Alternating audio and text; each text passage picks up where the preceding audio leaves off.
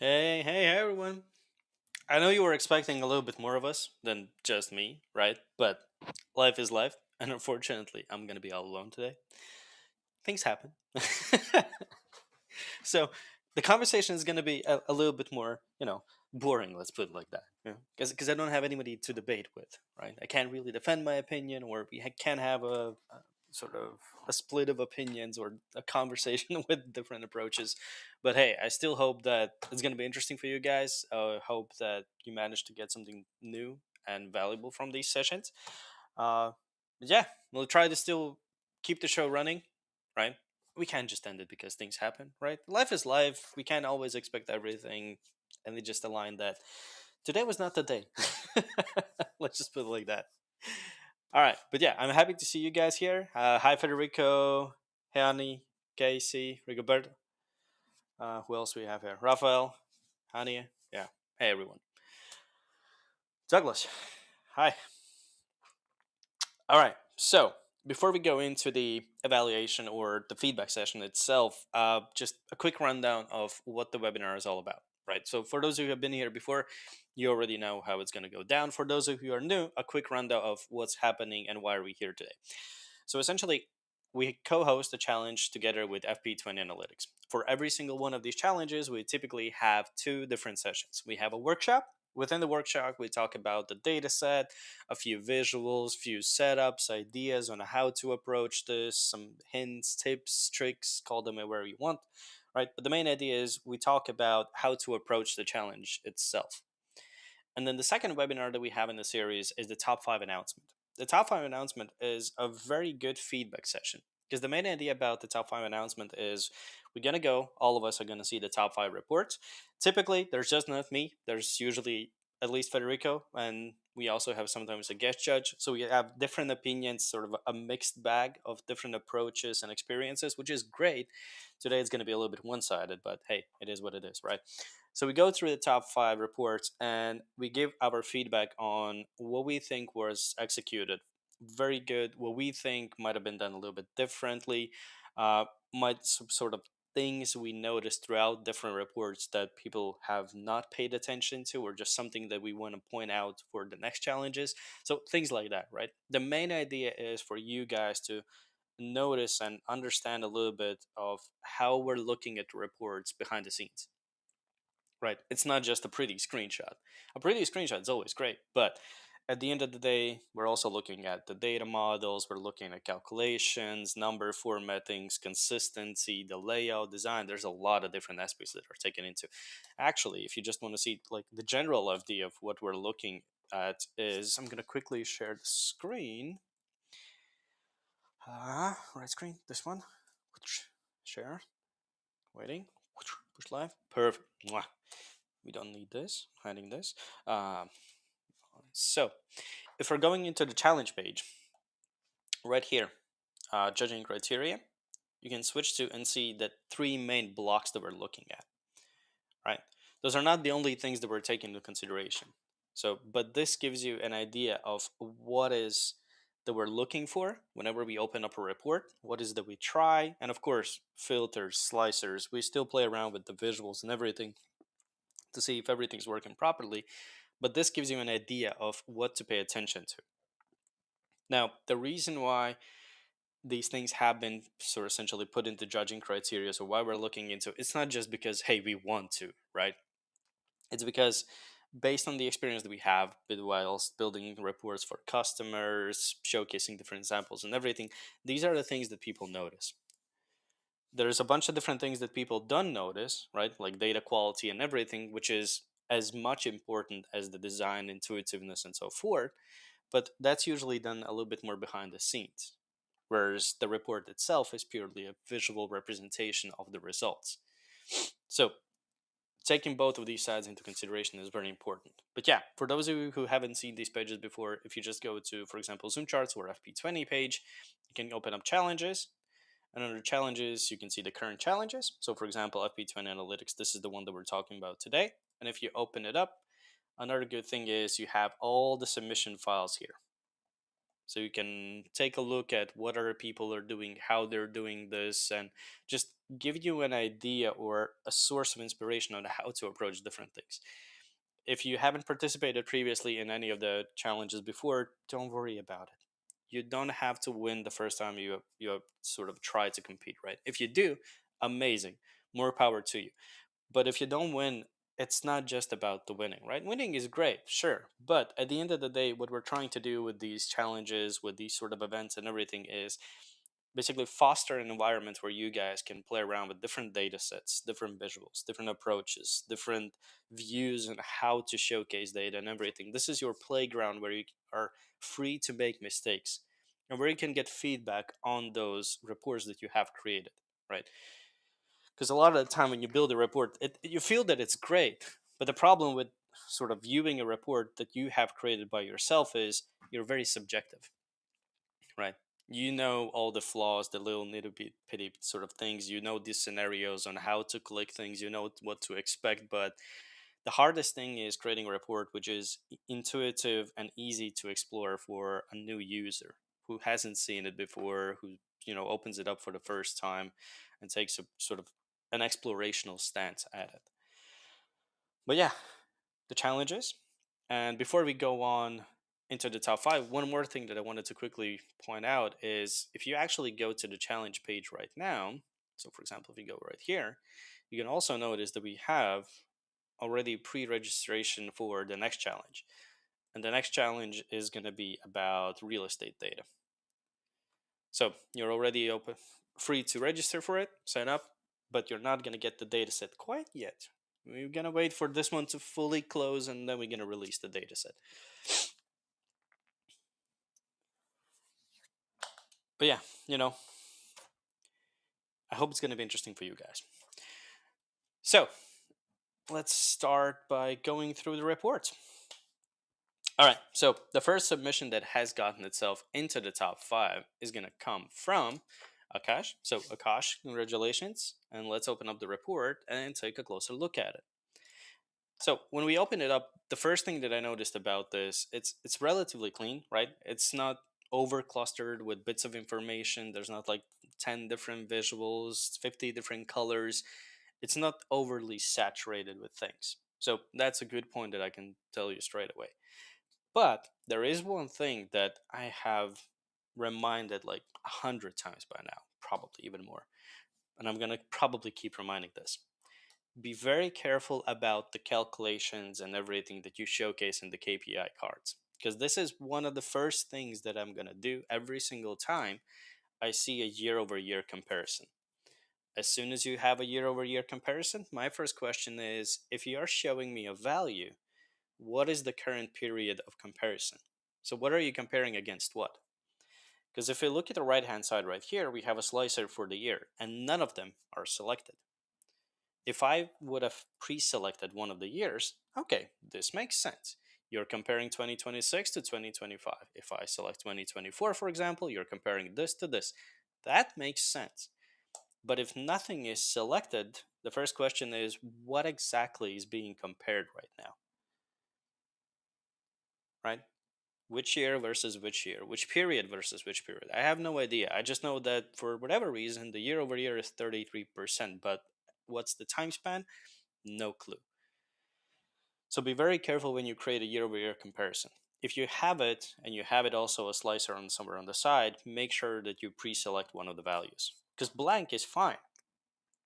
You're giving me a value which is not explaining, or is basically explaining that there's nothing currently to compare against, right?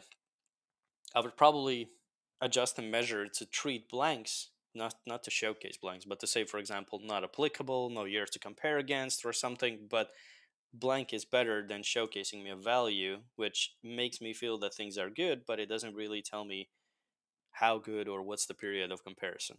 So it's one of those things that you got to be cautious about. Other than that, the KPI card styling, I like. I have nothing against it. Um, the card used as a field parameter, it's an interesting approach. The only thing that I would probably then try to kind of have it still across the board is that every single one of these is a field parameter. Otherwise, it feels kind of a little bit weird that one of them is left out, right? So that's one of those things. You can keep it out of the loop. For example, if these three are active selections and this is something a little bit different, then maybe style it slightly differently. Like, for example, create an overlapping area for these three so it feels like it's part of the block where you can select which one, but then win rate is something that's separate, right? That's one of those things that I would probably do there. What else? The filter panel, simple, clean, nothing against it. And what's also good about this is you have this indicator of, for example, if I apply a filter, it tells me how many filters are currently different ones being applied from the selected ones, right? So it's a nice indication that something is currently being filtered. A nice info overlay. If I click on it, it at least allows me to understand what I'm doing. Yeah, I would have at least, if you say that these are going to be dynamic KPIs, I would have some sort of an area around these indicating that these are the ones that are going to be changing something. So that's one of those things. What else? Cross filtering. If I click on something, data is getting cross filtered. That works expected. Nothing against it. But there is one thing, guys, that I want you to remember to always do, and that is test your reports in different environments. What I mean by this, whenever you're developing a report in a Power BI desktop, remember that by default it's essentially fitting the content to width, right? But you also have a defined content size.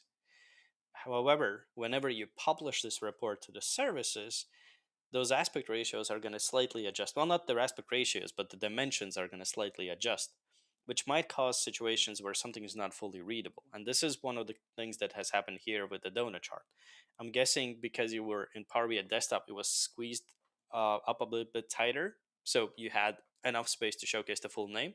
Whereas in this case, because it resized slightly with the scaling aspect, it doesn't have enough room to showcase the full one. So from a visual perspective, this would be a no-no, right? It's not the end of the day because it's fixable, but it's just something to pay attention to. What I'm happy about is that since this is a pipeline, that you included a funnel. That's kind of a must-have, I would say. So the funnel is good. Understands being okay. 100% coming in, 12% are basically being converted. Great. Active pipeline switches based on the month and selected KPIs. Um, that one's fine. This one, some sort of an average. That's okay. If we go to the pipeline and representatives, we see the top rep, we see the top product. If we start filtering, for example, different regions, yep, you can see everything is adjusting accordingly. So that is also fine. The tables, the one thing that I would probably do with the tables, and I know this is sort of a matter of opinion, right? But I would really like to have just totals also on a column level. The reason for that is because there's a lot of different reps, right? And I just want to very quickly understand in total how many deals do we lose, how many do we have currently in open, and how many we have won. So that's just one point of it. That's the slicer, that's fine. Deep analysis, if we go here, yeah, this one was also fine. The one thing that I noticed here, and this is not something that only Akash did, this was done for a lot of different reports. So pay attention to this part. Whenever you have numbers, please do not forget about the number formatting. Because you can see, for example, right here in the table, it's a clean table, have nothing against it, but I would love it 10 times better if it would have 1,000 separators. Plus, if this is a value, it most likely represents a currency. Fixing this takes about, I don't know, 10 seconds, okay, minute, 2 minutes, but these little things do matter. I can't stress it enough, right? For you, it might seem like, yeah, okay, it's not that big of a deal, but it is a big of a deal because when you're representing your, for example, work for a customer that you are saying, I spent X hours building this report, and then the first thing he notices, because trust me, somebody is going to notice it, maybe not the first guy, but maybe the second guy. If he notices these numbers, he'll be like, oh, come on, he didn't even add 1,000 separator. It's a very minor thing, but it does matter a lot. All these little things matter. So number formatting, always note it down, stress it. This is one of those things you have to check because otherwise it's just going to cause confusion. So number formatting. And the other thing is whenever you're utilizing similar styles, for example, here you can see we have a title and a subtitle, make sure that everything is the same size. In this case, I already know the reason behind why this is happening. So native visuals and our visuals use different scaling mechanisms. By default, our visuals are using a pixel as a value that you're indicating. So for example, when you say that the font size is 8, it's actually 8 sizes of pixel. And we're scaling that property.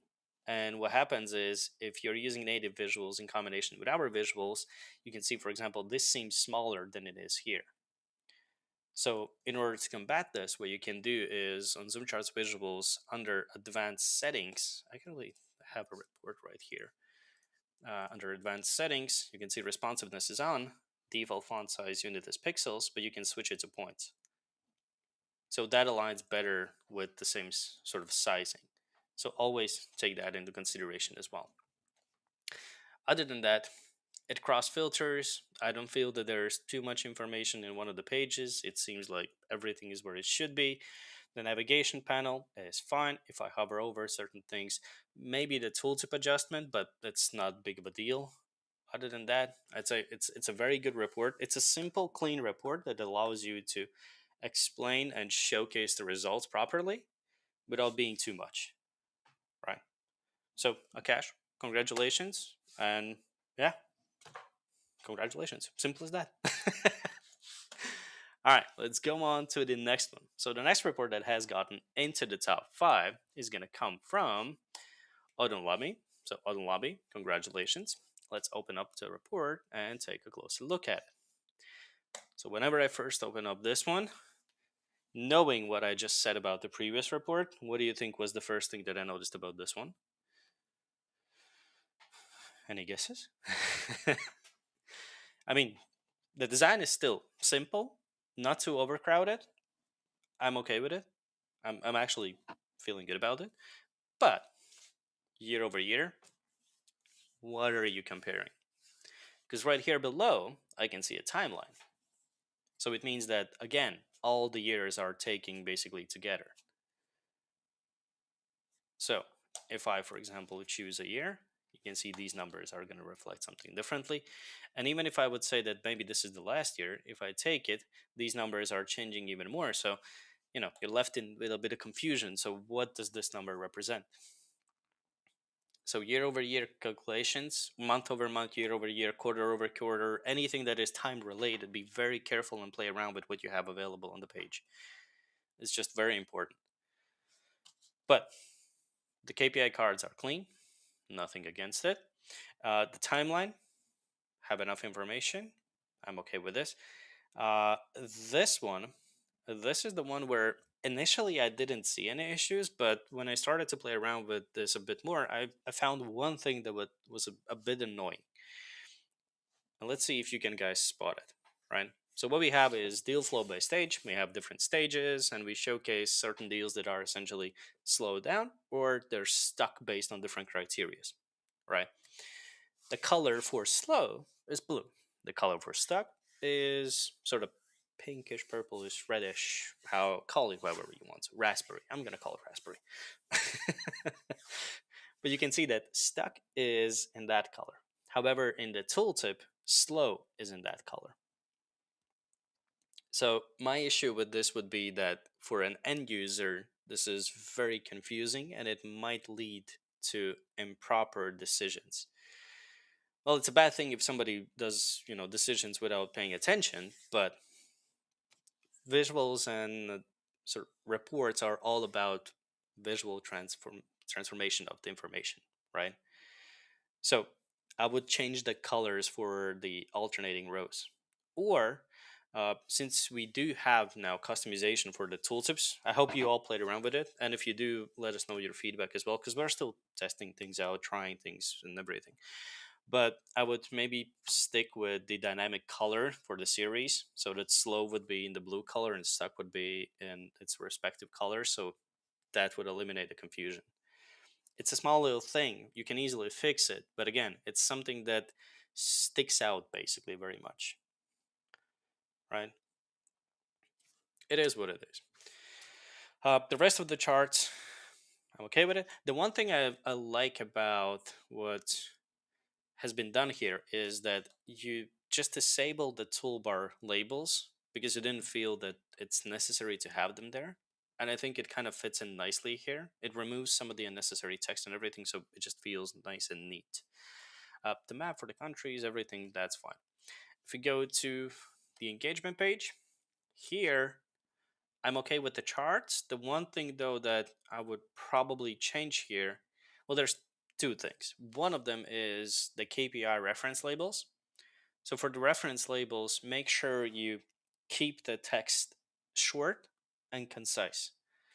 Because right now, for example, one deal activities, total activities, lost deal activities, we get it. It's all about activities. So the word activities on the reference labels isn't necessary,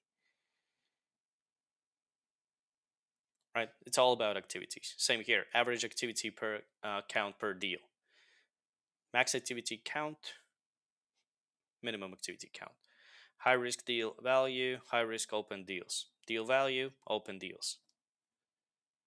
It's all about the same thing. You're not referencing anything different. If you would be referencing something that isn't necessarily part of the same group, so let's say you would say high risk open deals, this is the KPI, but underneath it you would say or showcase the two other tiers like medium risk or low risk, right? Then you need the full name. But if it's exactly the same thing, try to just keep it simple, short, and concise. So that's one thing. The averages comparisons, that's fine. The use of a scatter plot, not against it. Use of field parameter, or actually this is a bookmark switching between different visuals. It's an interesting approach as well. I'm not against it. I've done exactly the same thing also for customers. The reason why this is so valuable in some cases, let's see if it does the same. So if I filter out these, what I would love to see here is if I highlight, for example, let's say these two deals, right? And if I go to the risk overview, on the bookmark, when you right click on a bookmark, you have multiple options that you can select, and one of them is data. I would unselect data so that when I go to the risk overview and it switches to the table, it pre filters exactly the same deals. So it kind of allows you to move between two different states and view based on the already pre-selected values. So you don't have to now be like, okay, over to those two different deals. So let's see, this one is rep name. Okay, so we somehow have to find based on rep name. See where I'm going with this? So it's extra steps. You want to try to make everything simple, easy to understand, and just very fluid, right? Removing that data part and switching between two different visuals is one of the approaches that I've done for customers as well, and it works pretty well. So yeah, but other than that, I think it's a good interesting concept here. Now if we go to the performance page here, same approach, works pretty well. Different years here, I would probably play around with the tooltip customization because you can see within the tooltip, since it's very light, so the background on the tooltip by default isn't white, it's a little bit gray, and because of it the light gray seems almost invisible, right? So I would play around with that series and adjust the colors or change just the color of the label and just have all of them in a similar color or something like that. That's one of the things that I would play around here. Deals closed value, deals closed. Yep, that's fine. Switching between different metrics, that is also fine. And what's interesting about this report is that it actually has both light and dark theme. I would most likely use this one. I just prefer dark theme reports. To each its own. uh, but when switching around these things, the one thing that all the judges, well, but our judges, right, ZoomChart judges, and what I agree with is I would love to have some indication as to what this does without the need of a tooltip, right? Have something like a little sunshine and a moon or something like that. That kind of indicates, light and dark or something like that. So I have a little bit better understanding of as to what this button does. Because this is pretty universal, right? It's some sort of reset, clear, refresh, or something. Those are symbols that we see every single day. Whereas a toggle, well, a toggle can mean a lot of different things, right? I mean, even if you look at our settings, there's a bunch of different toggles. So what does this actually mean? So that's another thing. But other than that, I think it's a very well made report. There's a few minor details, but nothing you can fix with, like, I don't know, 10 to 15, maybe half an hour of work to just fix all of those. So there's nothing breaking. It's just design things. So kudos to you and congratulations in getting into the top 5. All right. How are you guys feeling? You ready for the next one? I know I am. All right, let's go on to the next one. So the next report that has gotten into the top 5 comes from Namdi. So Namdi, congratulations. Let's open up the report and take a closer look at it. So a dark theme report, like I said, I prefer usually these ones. With this one, I know black and yellow is one of those color combinations that you see across the board everywhere, right? But it's just my personal opinion. Black and yellow are contrasting colors, but they're also very aggressive in a way, right? It sort of stands out. So I would have made it maybe a little bit less aggressive color tone. That's just my opinion. That's one thing. As for the layout of the report, I feel that it's fine. It's not too overcrowded. There's different visuals, different components that you're looking into. You have paid attention to the number formatting, so you can guys see there's thousand separators, there's currencies everywhere. Everything seems fine. And here is a good example. For example, one revenue average, one deal value. You can see the reason why it's a full text is because those are related metrics, but those are different metrics. It's not exactly the same thing. It's not always talking about exactly the same thing. So yeah, maybe one rate without the revenue, but it's if I'm being petty. Other than that, I think it works pretty fine. So if you open up the user guide, a little bit of an overlay explaining what is what, how to switch between different metrics, yeah, fine with that. Reset allows me to clear everything. Good. Filters. Okay. Yeah. Nothing against that. Cross filtering. We can see that the data gets cross filtered. The one thing that I was missing from this report is I wanted to have a little bit of a drill down experience, right? I wanted to be able to go in one or two of these categories and explore them a little bit further. Whereas this one goes in a more traditional reporting design, whereas everything is one dimensional, right? There's just a single level of drill down and there's nothing more to explore going deeper, right? So I would love to have some drill downs there.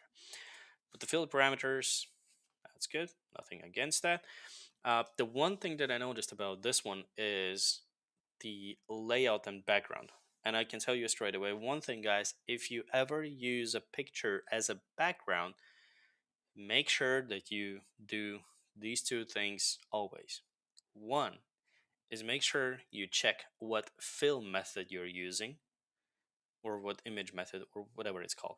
Basically, there's fill, fit, stretch, the different options, what to do with the image, and make sure they're exactly the same. It's one thing.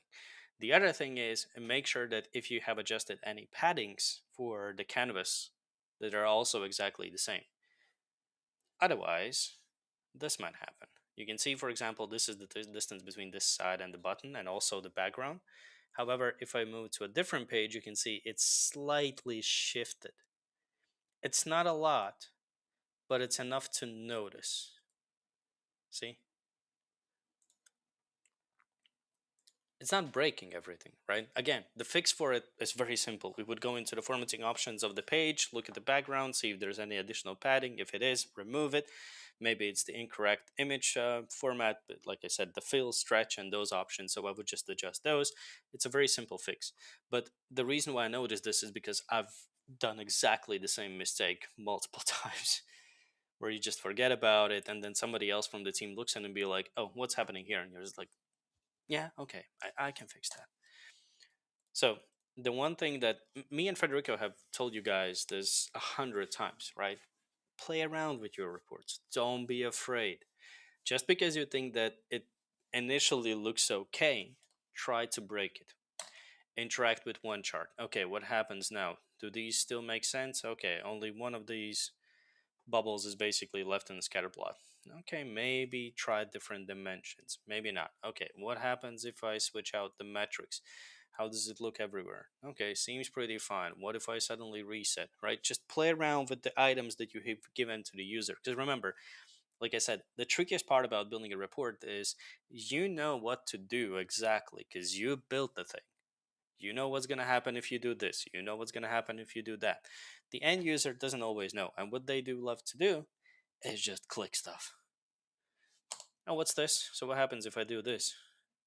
Okay, everything's kind of getting cross filtered. If I have more, okay, makes sense. Okay, fine. What's this? Having it here. Okay, why is it not on this side? Why is it here? So these sort of things, right? Just play around with them, see what happens. What happens if you chose not the bigot? And this is also one important thing. Don't always try out with the biggest contributor. Like, for example, you can see here based on different stages, right? So if I take, for example, the largest one, even without the drill down, if I select it, everything seems pretty okay. If I choose the smallest one, sometimes what might happen is everything kind of becomes less understandable, more chaos becomes available because there's fewer data points, there's overlapping starting to create and everything. So play around with different ranges. That might help you as well sometimes. But yeah, that's another thing. On this page, I'll be honest, I think two tables is a bit of an overkill.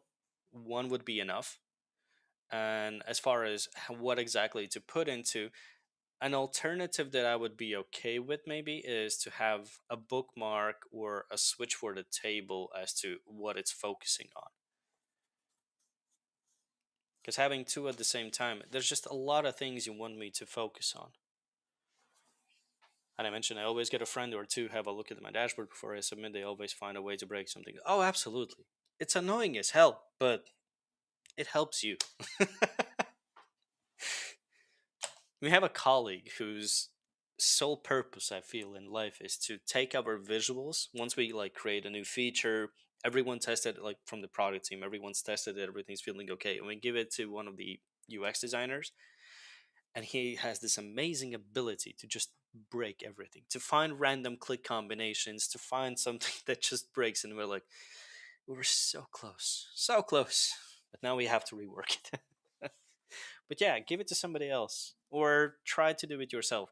Doing it by yourself isn't the best option because, like I said, you know what to expect from it. So you might try to avoid certain clicks or certain combinations. So giving it to somebody who doesn't know exactly what's going to happen is better. What's also great is if you could. If you don't have the chance, you just send it to them and ask for their feedback. But if you could be next to them when they're interacting with the report, that also might be very beneficial because what you see in those cases is what exactly they're doing, what they're clicking, what their thought process basically is. And when they do certain things is don't be afraid to ask them, why did you click that? What did you try to find? Because in those cases, you might find something that, for example, allows you to understand that there's a certain part of the report that you haven't fully explored or explained. Maybe you have to add some additional information. I know, honey. Join the club.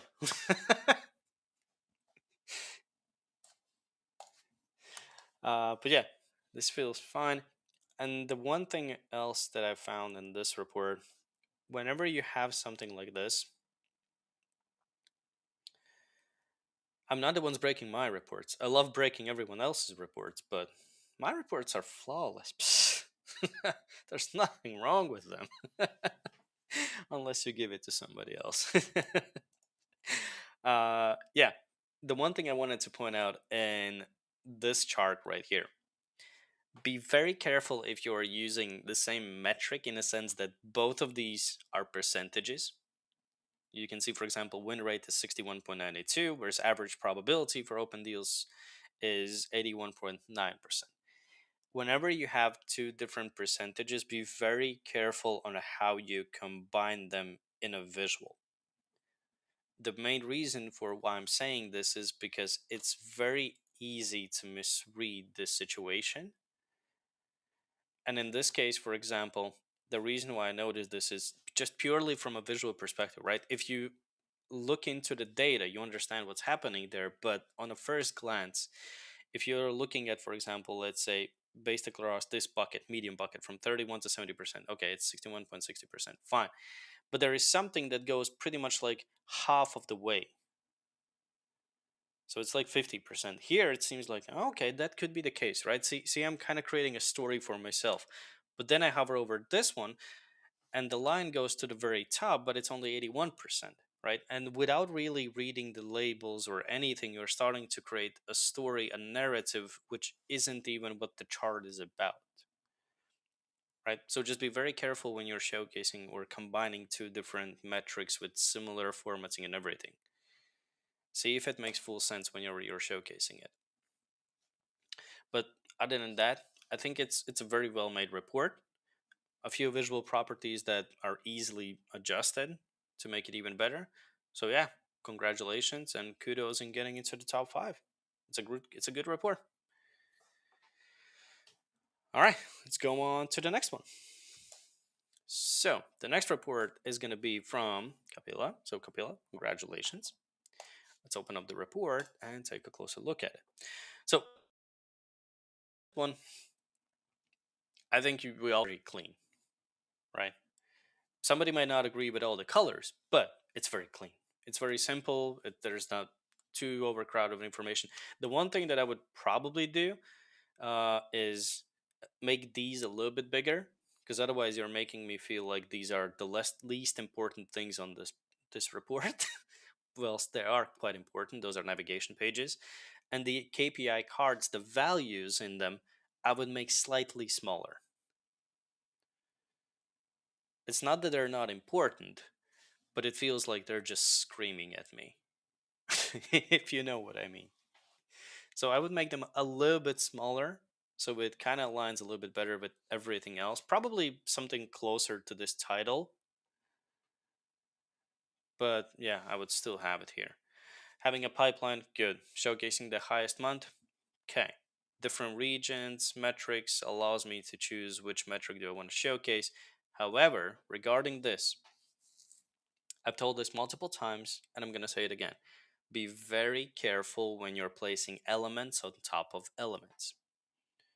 What I mean by this, if I hover over this and interact with it, I have no issue whatsoever, right? Let's say I want to switch to pipeline value. You can see in the background everything changes. Cool. Now I'm going to click on the side to close it, and I'm going to interact with the chart, Europe, for example. So now when I try to get to that drop down from the chart, it's not there anymore because one is on top of the other. See? So visual layering components, it's one of those things that you have to be cautious about and figure out exactly how to work with it. But it's like, again, it's not super breaking. It's easily fixed, but it's just one of those things that play around with, see if you make any sort of issues or you come across any issues.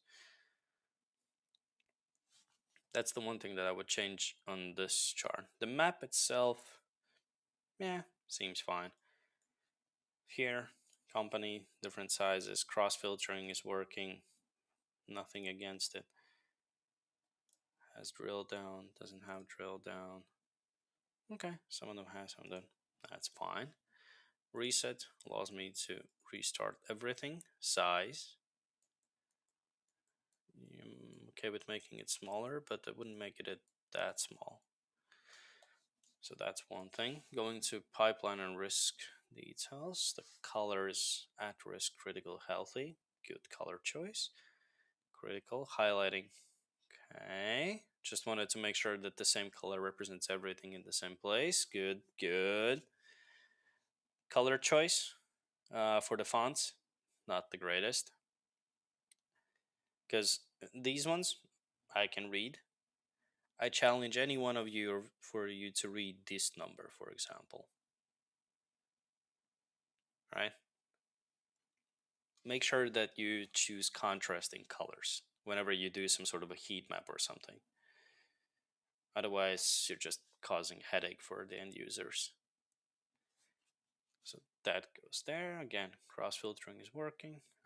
See? The one thing that you have to be cautious about. What happens? Yeah, it's in the data. I get it, but this is one of the things you want to play around with and see if you can break it. I love breaking things. It's as long as it's not my report. On this one, everything seemed a little bit. No, sorry, not a little bit. But everything seemed pretty much okay. There's drill downs. There's different cross filtering capabilities. That is fine. For the donut chart, I don't know what happened here, but I think for whatever reason, the sorting is suddenly not based on value, but based on alphabet. So it just feels a little bit off, you know? I can't really read this. Okay, I can see which one is the highest one and kind of get what second, third, fourth, fifth, but I shouldn't have to spend time trying to understand this. This should be based sorting should be based on value. Okay, that's good. I like that you paid attention here to the sorting. Like here somehow it got by you, but here you made sure that the highest person isn't what people would typically leave, right? Is the highest value goes at the top and the lowest at the bottom. But actually, based on the chart type, you're looking at average sales cycles. And for sales cycles, you're looking for the shortest sales cycle. So probably this sales representative is doing something better, or he has different deal types or anything, but that indicates that for whatever reason, he's closing deals the fastest, right? And that's what I want to indicate, not the one that's doing the taking the longest to close a deal. So that's a nice touch. The table, I'm fine with it. I would probably for the one deal value add some decimals, not just the full millions. But yeah, that's already being a little bit petty, I would say. And for the navigation, I think I mentioned this, but I would make them a little bit bigger because right now they kind of disappear in combination with everything else. So make them slightly bigger so it's easier to see. Other than that, I think it's just one of those reports where it's simple and efficient. It does the job, sure, some bits and pieces, but everything can be fixed.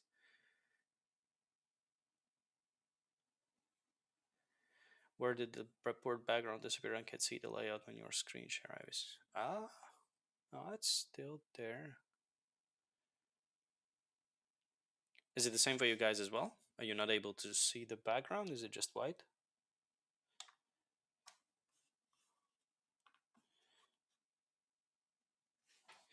Okay, it might have been maybe the transition moment or something. Hey, today is one of those days, right? Where technology is gonna try to mess with you.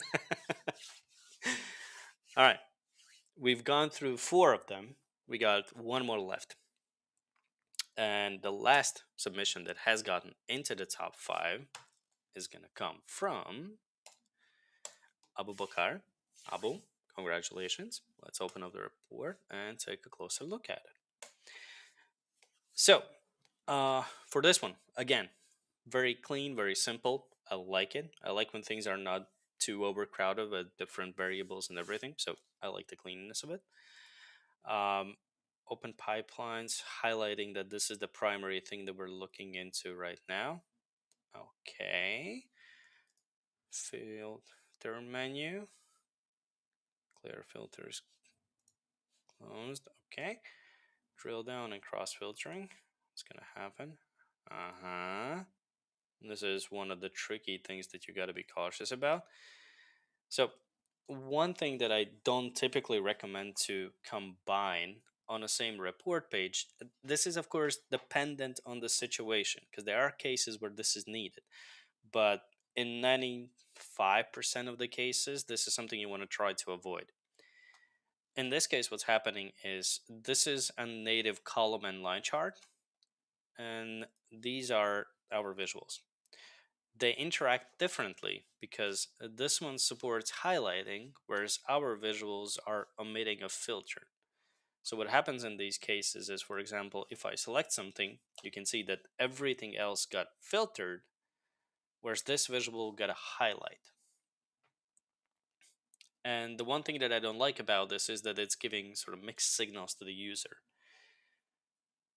And especially the biggest issue that I see with highlighting is if it's not treated properly for specific cases, what might happen is if you start to combine filters through different views and everything, you can see that basically this chart becomes kind of obsolete because none of this is relevant on 0.09 million. Like, you know, it loses its purpose. Whereas if it all would be filtering, I would only leave the data that is relevant, and that would be easier for me to understand. But I'm not fully against it. I'm just saying be careful with it. And for those who have been to one of these sessions before, and for those who have ever seen one of these trends in a card, you probably know what I'm about to do. And that is, I'm going to try to select a data point. Leaving the rest of the cards with just a single dot ain't a great approach. So either you disable cross-chart interaction between these, or you just fully disable the interactions and only allow it through here, depending on how you want to control this. But try to avoid scenarios where you're able to select a single data point, and then on the rest of the cards, you just have a single dot. That single dot is very confusing.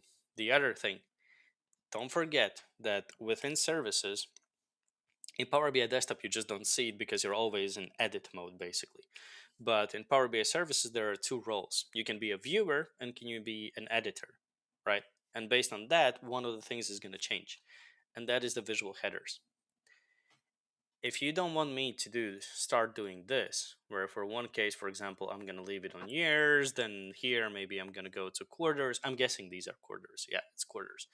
So now this is actually showcasing years, quarters, months, right? Don't give the user power to do something that you don't want him to do. All these can be disabled. But again, it's not the end of the world. Fixing this, go to the services, select all of them so they're highlighted, go into the formatting options, visual headers, and just disable. Drill down one level in hierarchy and expand one level. Just disable them for the end user. And suddenly they're gone, there's no issues, and we can do. Next thing I would do is disable the cross-chart interaction between these elements so they're not filtering each other. That's fine as well. I would maybe even keep that these charts can still highlight the timeline, but I would really play around with the idea because, like, for example, selecting something like this, right? The only thing that's actually relevant is this column right here, which is already so small that it's very sort of hard to define or explain why it was so important to keep it there. Maybe just filter it out and that's it. So that's one part. Pipeline health.